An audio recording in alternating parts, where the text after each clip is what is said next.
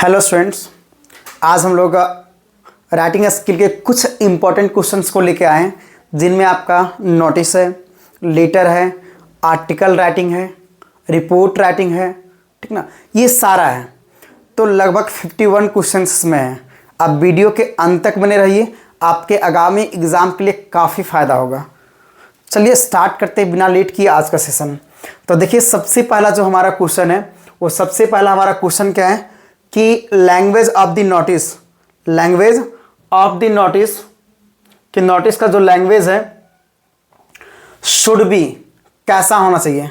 तो नोटिस का जो लैंग्वेज होना चाहिए वो सिंपल और फॉर्मल होना चाहिए। कैसा होना चाहिए? सिंपल और फॉर्मल होना चाहिए। दूसरा क्वेश्चन हमारा है, what is the word limit of notice. Notice का जो वर्ड लिमिट है वो कितना होना चाहिए। तो नोटिस का वर्ड लिमिट जो है 50 होना चाहिए। हम लोग को पता ही है कि नोटिस का वर्ड लिमिट कितना होना चाहिए, 50 होना चाहिए। तीसरा क्वेश्चन हमारा है, where is date place in notice. Notice में डेट कहाँ पे प्लेस की जाती है। तो देखिए, ये क्वेश्चन आपका 2022 में पूछा हुआ है। क्लास 12th के लिए अगर हम लोग बात करें तो ये 2022 में पूछा हुआ है। अब ऐसा नहीं सोचे कि 11th के लिए इंपॉर्टेंट नहीं है, 11th के लिए भी इंपॉर्टेंट ये क्वेश्चन है। तो 2022 में ये क्वेश्चन पूछा गया है। तो where is date place in notice, notice में डेट कहाँ पे होता है। तो क्या आ जाएगा, एट द टॉप और at the bottom. That means answer क्या आ जाएगा, बोथ ए एंड बी। क्या आंसर हो जाएगा, बोथ ए एंड बी। आगे क्वेश्चन चलते हैं। देखिए, अगला क्वेश्चन हमारा है 4 नंबर फिर, कि letter to the editor are written to. Letter to the editor जो है लिखी जाती है, किसके पास लिखी जाती है। देखिए, ये 2022 में पूछा हुआ है। तो इसका आंसर हमारा हो जाएगा न्यूज़पेपर। क्या हो जाएगा, न्यूज़पेपर हो जाएगा। अगला क्वेश्चन चलते हैं, notice is always enclose in, कि नोटिस जो है हमेशा इनक्लोज होती है। तो नोटिस हमेशा इनक्लोज किस में होती है, बॉक्सेस में होती है। क्लास में तो पढ़ा ही है कि नोटिस किस में इनक्लोज होती है, बॉक्सेस में होती है। Where is salutation place in a notice, कि नोटिस में जो है सैल्यूटेशन कहाँ पे होती है। सैल्यूटेशन का मतलब वही अभिवादन, जब हम लोग सर या डियर सर लिखते हैं तो नोटिस में सैल्यूटेशन कहाँ पे होती है। क्या आपको क्लास में हम नोटिस में सैल्यूटेशन कहीं लिखवाएं, नहीं लिखवाएं।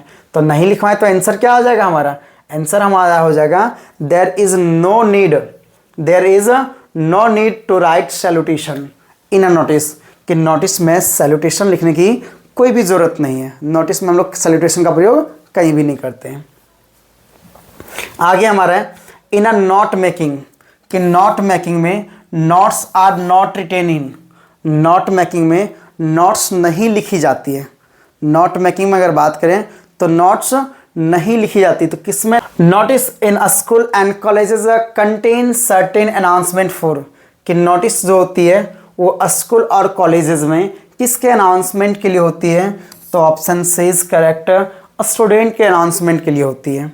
आगे हमारा है, while writing notices the signature of issuing authorities should be written at the, कि जब हम लोग नोटिस को लिख रहे होते हैं तो जो सिग्नेचर होता है किसका, इशूइंग अथॉरिटीज़ का, ये कहाँ पे लिखी जाती है। तो ये हमारी बॉटम में लिखी जाती है। कहाँ पे लिखी जाती है, बॉटम में लिखी जाती है। अगला क्वेश्चन चलते हैं, notice issued by government generally appears इन, कि नोटिस जो गवर्नमेंट के द्वारा इशू की जाती है वो जनरली दिखाई पड़ती है। तो कहाँ दिखाई पड़ती है, ये भी क्वेश्चन आपका देखिए 2 बार पूछा हुआ है, 2022 में और 2023 में, मतलब काफ़ी इम्पोर्टेंट है। तो नोटिस जो इशूड की जाती है गवर्नमेंट के द्वारा वो जनरली अपीयर्स होती है न्यूज़पेपर में। कहाँ पे होती है, न्यूज़पेपर में। अगला क्वेश्चन है, notice is generally issued to. Notice जो जनरली इशू की जाती है किसके लिए। तो नोटिस देखिए एक पार्टिकुलर ग्रुप ऑफ पीपल के लिए होती है या तो स्पेसिफिक ग्रुप ऑफ पीपल के लिए होती है। ऐसा नहीं कि हम एक नोटिस जारी कर दें वो नोटिस सबके लिए हो जाएगा। जैसे आप देखते होंगे ना, स्कूल या कॉलेज में जो नोटिस जारी की जाती है वहाँ के स्टूडेंट्स के लिए होती है। कोई अगर क्लब वगैरह है तो वहाँ पे नोटिस जारी की गई तो उसके मेंबर के लिए है। कोई फैक्ट्रीज है तो वहाँ के वर्कर्स के लिए, वहाँ के स्टाफ के लिए, वहाँ के मैनेजर्स के लिए, इसके लिए हो सकती है। तो वही कह रहा है कि notice is generally issue to, notice जो जनरली इशू की जाती है किसके लिए, a specific group of people के लिए। आगे अगर बात करें हम लोग तो अगला हमारा है replying to enquiries. Replying to enquiries comes under the category of, जो रिप्लाइंग टू इंक्वायरीज होती है वो किस कैटेगरी के अंतर्गत आती है? तो रिप्लाइंग टू इंक्वायरीज जो है वो हमारा ऑफिशियल लेटर के अंतर्गत आती है। किस में आती है? ऑफिशियल लेटर के अंतर्गत आती है। आगे बोल रहा है कि in a formal letter the correct form of salutation is, कि फॉर्मल लेटर में जो है करेक्ट फॉर्म जो है किसका? सैल्यूटेशन का, वो क्या होता है? तो correct form of salutation dear sir या मैम होता है। क्या होता है? डियर सर या मैम होता है। आई होप कि आपको यहाँ तक समझ में आ गया होगा। आगे चलते हैं। Where is date placed in letter to the editor, कि लेटर टू द एडिटर में डेट कहाँ पे लिखी जाती है? तो हम लोग क्लास में पढ़ चुके हैं कि लेटर टू द एडिटर में डेट जो है वो सेंडर एड्रेस और रिसीवर एड्रेस के बीच में लिखी जाती है। कहाँ पे लिखी जाती है? सेंडर और रिसीवर एड्रेस के बीच में लिखी जाती है। आगे अगर बात करें, चलते हैं अगला क्वेश्चन। देखिए फिर से ये क्वेश्चन काफ़ी इंपॉर्टेंट है क्योंकि 22 और 23 दोनों साल पूछा गया है। A formal letter start with, formal letter किससे स्टार्ट होती है? तो फॉर्मल लेटर जो हम लोग का स्टार्ट होता है वो हमारा सेंडर एड्रेस से स्टार्ट होता है। किससे स्टार्ट होता है? सेंडर एड्रेस से स्टार्ट होता है। आगे हमारा है what is the motive of writing a letter to editor, कह रहा है कि हम लोग जो लेटर टू एडिटर जो लिखते हैं उसका उद्देश्य क्या होता है? तो उसका उद्देश्य होता है कि हम जो है एडिटर के पास जो लेटर को लिखते हैं उसका एकमात्र उद्देश्य होता है कि उनसे रिक्वेस्ट कर रहे हैं कि आप अपने जो है पेपर में हम जो लेटर लिखें उसको थोड़ा सा पब्लिश कर दीजिए, थोड़ा स्पेस दे दीजिए। Letter to editor generally start with, letter to editor जो है जनरली स्टार्ट होती है, किससे स्टार्ट होती है? Sender address. किससे स्टार्ट होती है? सेंडर एड्रेस से। आगे हमारा क्वेश्चन है which of this is the right format of writing date in letter to editor, कह रहा कि इनमें से लेटर टू एडिटर, इनमें से लेटर टू एडिटर जो है अगर बात करें तो उसमें डेट लिखने का सही फॉर्मेट कौन सा है? तो देखिए ये भी फॉर्मेट गलत है, ये भी फॉर्मेट गलत है, ये भी फॉर्मेट गलत है, ये हमारा सही है। तो राइट फॉर्मेट बोला है, तो राइट फॉर्मेट कौन सा हो जाएगा? ये वाला हमारा हो जाएगा। अगला क्वेश्चन हमारा है, देखिए 19 नंबर तक हम लोग पढ़ चुके हैं। 20वां नंबर क्वेश्चन है which of the following is not a component of letter to editor, कि इनमें से कौन सा लेटर टू एडिटर का कंपोनेंट नहीं है? कंपोनेंट का मतलब क्या होता है? घटक। तो इनमें से कौन सा जो है लेटर टू एडिटर का कंपोनेंट नहीं है? मतलब देखिए अब यहाँ पे अगर बात करें तो टाइटल देखिएगा लेटर टू एडिटर में नहीं होता है, सैल्यूटेशन तो होता ही है, डेट भी होता है और सिग्नेचर भी होता है। तो आंसर कौन सा आ जाएगा? टाइटल। पूछ रहा है कौन सा घटक नहीं है, कौन सा कंपोनेंट नहीं है? तो टाइटल नहीं है।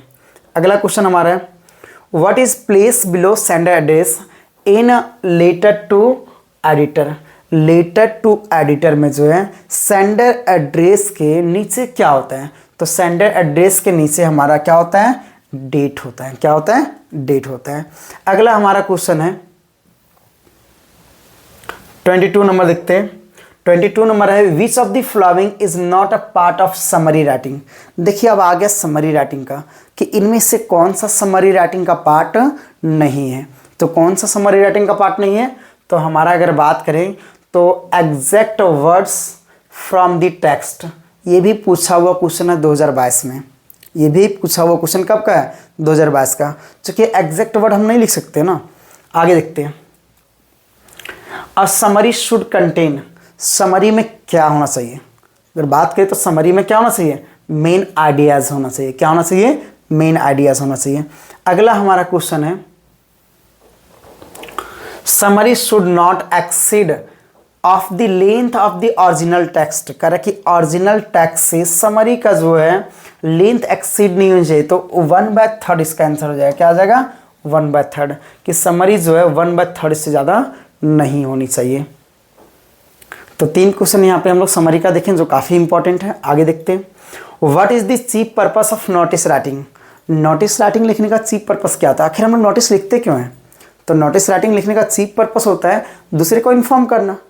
नोटिस राइटिंग लिखने का मेन जो पर्पस होता है वो होता है दूसरे को इन्फॉर्म करना। तो यहाँ पे आंसर क्या हो जाएगा? To inform others. क्या हो जाएगा? To inform others. आगे हमारा है what is written at the top of notice. Notice के टॉप पे क्या लिखी जाती है, नोटिस के टॉप पे क्या लिखी जाती है, तो यहाँ पे क्या हो जाएगा, name of the institutions and organization, कि name of the institutions and organizations. आगे बात करें, which of the following statement is correct, इनमें से कौन सा स्टेटमेंट सही है, इनमें से जो दिया गया ऑप्शन में वो कौन सा स्टेटमेंट हमारा सही है। तो कौन सा स्टेटमेंट दिया, देखो, notice is written to inform others, notice दूसरे को इन्फॉर्म करने के लिए होता है। Notice is of 50 words, notice 50 word का होता है, तो ये दोनों सही है। नोटिस तो दूसरे को इन्फॉर्म करने के लिए होता है, और नोटिस कितना वर्ड का होता है, 50 वर्ड का होता है।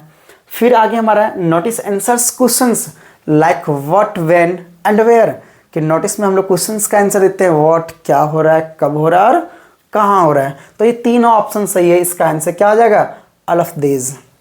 आगे देखते हैं, letter of complaints comes under the category of, letter of complaints जो है वो किस कैटेगरी के अंदर आती है, लेटर ऑफ कंप्लेंट्स जो है वो किस कैटेगरी के अंदर आती है। तो लेटर ऑफ कंप्लेंट्स अगर बात करें तो फॉर्मल के कैटेगरी के अंदर आती है। अगर हम लोग यहाँ पे बात करें तो देखिएगा, हम लोग पढ़े भी हैं कि लेटर में जो टाइप होता है, और लेटर में दो टाइप होता है, एक हमारा होता है फॉर्मल और एक हमारा होता है इनफॉर्मल। एक हमारा होता है फॉर्मल, एक होता है इनफॉर्मल। फॉर्मल का अगर टाइप हम लोग बात करें तो इसमें हमारा हो जाता है बिजनेस लेटर, इसमें क्या हो जाता है, business letter, official letter, official letter, इसी में हमारा हो जाता है letter to the editor, letter to the editor, इसी में हमारा हो जाता है एप्लीकेशन, इसी में क्या आ जाता है एप्लीकेशन, या तो फिर जॉब। ये फॉर्मल की कैटेगरी में आती है। इनफॉर्मल लेटर क्या होता है कि वैसा लेटर जो हम लोग अपने फ्रेंड्स और रिलेटिव के पास लिखते हैं, किसके पास लिखते हैं, रिलेटिव के पास लिखते हैं, वो हमारा किस में आ जाता है, इनफॉर्मल लेटर में। तो यहाँ तो एक आपका जो भी कंसेप्ट होगा वो तो क्लियर हो गया होगा। आगे चलते हैं, how to write an informal letter, कि इनफॉर्मल लेटर को जो है कैसे लिखते हैं। तो कैसे लिखते हैं हम लोग, लेजिबली और सिंपल इंग्लिश में लिखते हैं, लेजिबली और सिंपल इंग्लिश में लिखते हैं। आगे हमारा क्वेश्चन है, which is the wrong way to writing date in a formal letter, कि इनमें से कौन सा रॉन्ग वे है डेट लिखने का, किसमें, फॉर्मल लेटर में। तो कौन सा रॉन्ग वे, देखिए ईयर्स पहले नहीं होता है, ईयर्स पहले होता है क्या, ईयर्स पहले नहीं होता है। इस कारण से जो हमारा ऑप्शन होगा वो ऑप्शन कौन है, ये, क्योंकि यहाँ पूछ रहा है कौन सा रॉन्ग वे है, तो रॉन्ग वे तो ये है, कौन सा गलत तरीका है। आगे हमारा है, while writing a note which of the following is freely used, ये क्वेश्चन आ गया आपका नोट मेकिंग का। तो कह रहा है कि जब हम लोग नोट को लिख रहे होते हैं तो क्या चीज़ हम लोग फ्रीली प्रयोग करते हैं, तो फ्रीली हम लोग जो प्रयोग करते हैं वो हम लोग एब्रिविएशन करते हैं। क्या करते हैं, एब्रिविएशन का फ्रीली प्रयोग करते हैं। 32 नंबर देखते हैं। अगला हमारा क्वेश्चन है, नोट्स शुड बी, नोट्स कैसा होना चाहिए, तो नोट्स आपका सिक्वेंशियल भी होना चाहिए, सेंसिबल भी होना चाहिए, लेजिबल एंड क्लियर भी होना चाहिए। तो आंसर क्या आ जाएगा, ऑल ऑफ दीज, किस सभी इसमें होगा। आगे बात करें, symbols are freely use in, जो सिंबल्स होती है, सिंबल्स का फ्रीली प्रयोग किया जाता है। तो सिंबल्स का फ्रीली प्रयोग किस में किया जाता है, तो सिंबल्स का फ्रीली प्रयोग हम लोग करते हैं नोट मेकिंग में, किस में करते हैं, नोट मेकिंग में। आगे चलते हैं, 33 क्वेश्चन हो चुका है, हम लोग 51 क्वेश्चंस को आज करने वाले हैं। अगला क्वेश्चन हमारा है, in a note making we should avoid, कि नोट मेकिंग में हमें क्या चीज़ अवॉइड करनी चाहिए, तो लॉन्ग सेंटेंसेज, ये भी आपका इंपॉर्टेंट क्वेश्चन में से एक है। Which of the following is not use in note making, कि इनमें से क्या है जो नोट मेकिंग में हम लोग प्रयोग नहीं करते। देखिए नोट मेकिंग में एब्रिविएशन भी होता है, टाइटल भी होता है, कीवर्ड्स भी होता है, तो क्या आंसर हो जाएगा, डेट का प्रयोग नहीं करते हैं। क्लियर है यहाँ तक, यहाँ तक तो डाउट नहीं होनी चाहिए। चलते हैं आगे फिर, अगर थोड़ा टाइम ज़्यादा हो गया तो वीडियो पॉज कीजिए, फिर थोड़ा देर के बाद देखिए।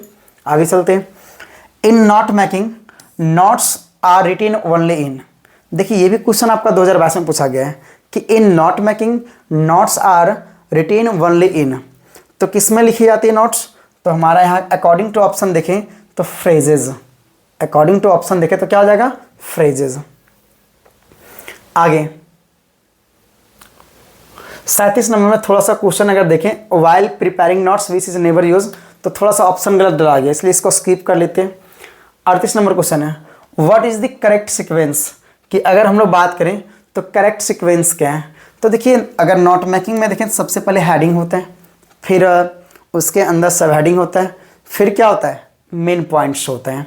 Next question, in report writing narration of event is always written in, कह रहा है कि रिपोर्ट राइटिंग में नरेशन ऑफ इवेंट जो है वो ऑलवेज लिखी जाती है, तो किस में लिखी जाती है?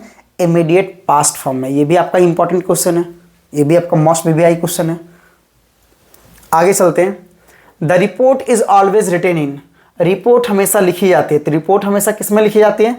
तो रिपोर्ट हमेशा सिक्वेंशियल मैनर में लिखी जाती है। किस में लिखी जाती है? सिक्वेंशियल मैनर में लिखी जाती है।